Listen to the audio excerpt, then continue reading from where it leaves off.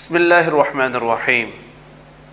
کہاوت مشہور ہے کہ ایک شخص روزگار کی تلاش میں جنگل سے گزر رہا تھا۔ اس نے شیر کو دیکھا اور بڑے اطمینان سے تسلی سے اس کے پاس سے گزر گیا، اور کچھ عرصے کے بعد جب وہ واپس اپنے روزگار سے فارغ ہو کر آیا تو اب اس نے شیر کو دیکھا، تھوڑا چوکس ہو گیا، اور شیر بھی اس کے اوپر حملہ کرنے کے لیے تیار ہو گیا۔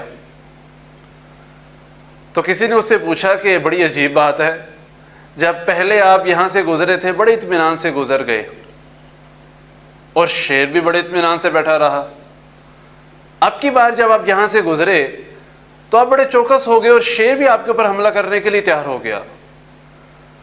تو اس دیہاتی سے آدمی نے بڑا خوبصورت جواب دیا کہ جب میں پہلی دفعہ اس کے پاس سے گزرا تھا تو اس کے پاس ہنس ایک پرندہ ہے وہ بیٹھا ہوا تھا، اور ہنس پرندہ وہ بہت سمجھدار اور نرم مزاج ہے، تو مجھے یقین ہو گیا کہ یہ پرندہ شیر کو کوئی غلط مشورہ نہیں دے گا، اس لیے میں بڑا مطمئن ہو کر گزر گیا۔ آج جو دوسری مرتبہ جب میں یہاں سے گزرا تو شیر کے پاس اس دفعہ لومڑی بیٹھی ہوئی تھی، اور لومڑی ایک چالاک سا جانور ہے، تو میں سمجھ گیا کہ یقیناً یہ لومڑی شیر کو کوئی غلط مشورہ دے گی، اور ہوا بھی یہی کہ شیر نے کے کان میں اس نے کہا کہ اس کو کھا جاؤ، اور اس کے اوپر حملہ کرنے کے لیے تیار ہو گیا۔ یہ ہے اچھی اور بری صحبت کا فرق۔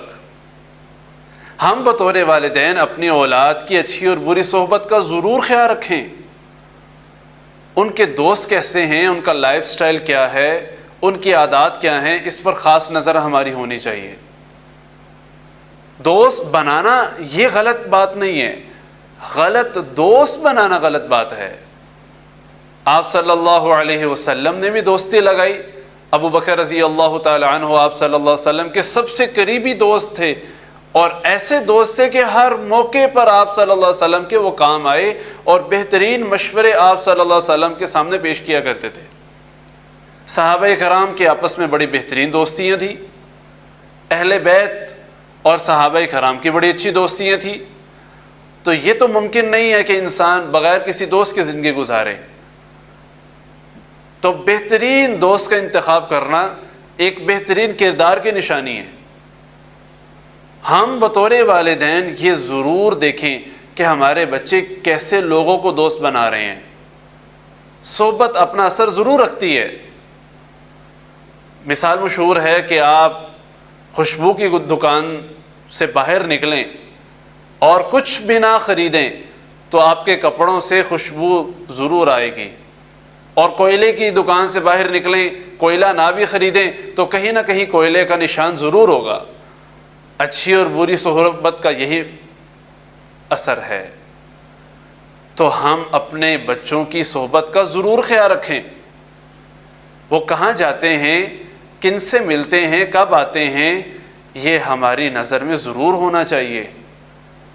اور یہ بھی ممکن نہیں کہ ہم ان کو بالکل دوستیوں سے روکیں، نہیں، ان کو اچھے دوستوں کی رہنمائی کریں، ان کے سامنے یہ بات رکھ دیں کہ آپ کا اچھا کون ہے، آپ کے لیے برا کون ہے، پھر وہ جس سے چاہیں دوستی لگائیں۔ تو ہم ضرور اس چیز کا خیال رکھیں، اور سب سے بہترین یہ طریقہ ہے کہ ہم اپنے گھر میں ایسا انوائرمنٹ پیدا کر دیں کہ وہ اولاد ہماری ہی دوست بن جائے، ہم سے ہی باتیں شیئر کرنے لگے، تو کتنا اچھا ہوگا کہ وہ غلط صحبت سے بچ جائیں گے اور بہت سے غلط مشورے کرنے سے بھی بچ جائیں گے۔ تو ہم کوشش کریں، اللہ ہم سب کو اس چیز کی توفیق عطا فرمائے۔